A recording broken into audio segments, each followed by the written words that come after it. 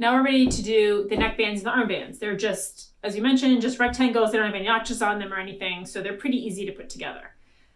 To start, what you want to do is just press them both sort of in half lengthwise, wrong sides together. So in other words, it's going to look like you're just only going to see the right side of the fabric from here on out. So if you just give them a pretty good press, they'll probably behave for you during the construction period. This is the neckband. It's wider and it's longer, but it's the same deal. You just want to press it right, wrong sides together. And when you press it, if you can press it a little in a little bit of a curve like this, and that may help you ease it onto the neckband, the neckline in a little bit.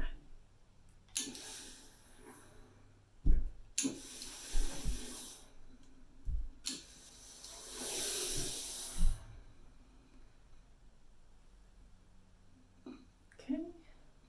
And finally, of course, the other armband. We're going to give that one a quick press also so that it's nice and flat and ready for action.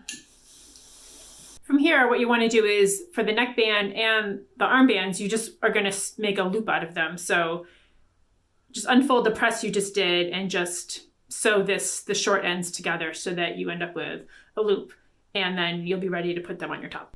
You have your loops. We're going to start with the neckband. I'm going to just put aside the armbands for now.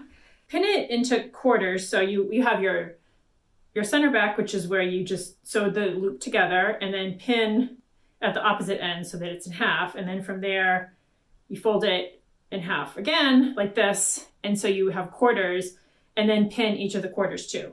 This is a method that is really useful for easing a neckline in. A good neckline is going to fit in such a way that neckband is going to be a little shorter than the circumference of the neckline opening, and that is so that the neckband will lie nice and flat against your chest and against your back when it's sewn. If the neckband, it's going to have to stretch ever so slightly, and you want that stretch to be somewhat evenly distributed to keep the neckband in place.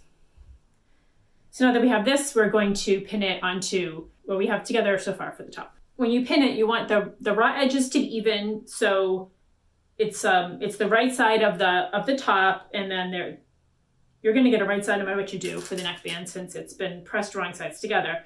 But you pin it at the center back, pin the neckband on to the shirt, basically in the same order. So from the center back, where your center back seam from the loop that you just made, put a pin there, and then from the front, just sort of gently laying this out, you can see here's the pin here and the pin here.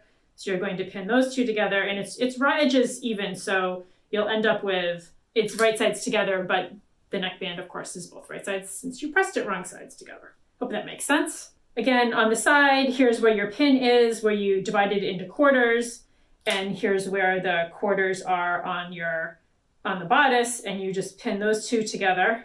Again, right sides together, and then same thing on the other side. So now you can see that the neckband is pretty evenly distributed, and now we're going to take it over to the machine, and then you have your 4 points. The raw edges are even, and you can see how the neckband is stretching a little bit so that it will, when it's worn, when it's sewn in, when it's worn, it will hug your chest and your back nicely.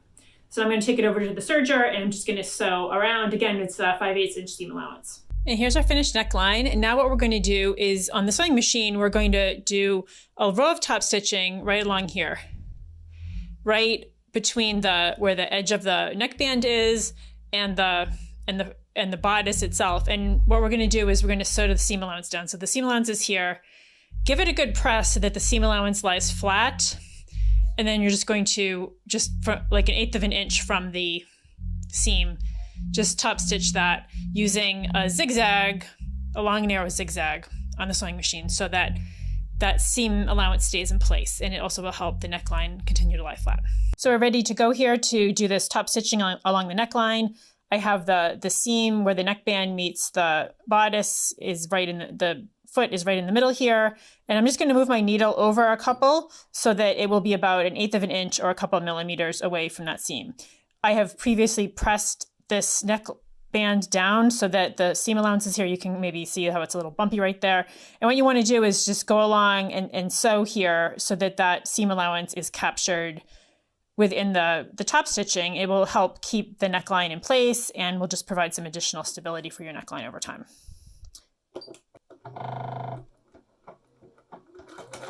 And the zigzag stitch, the so-called lightning stitch, it's like a 2 steps forward, 1 steps back type of a stitch.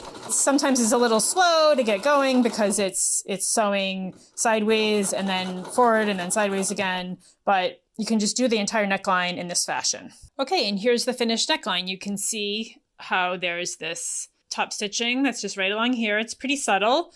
You can certainly do it in a contrasting color if you want to add a little interest to your top, but it's really just meant as to keep things lying nice and flat. Now what we did for this, we're going to do the exact same thing for the armholes. And here we have the armband is now done, and you can see that it was done in the same way as the neckline, and there's the top stitching along here. And now we are ready for the final step, which is the hem.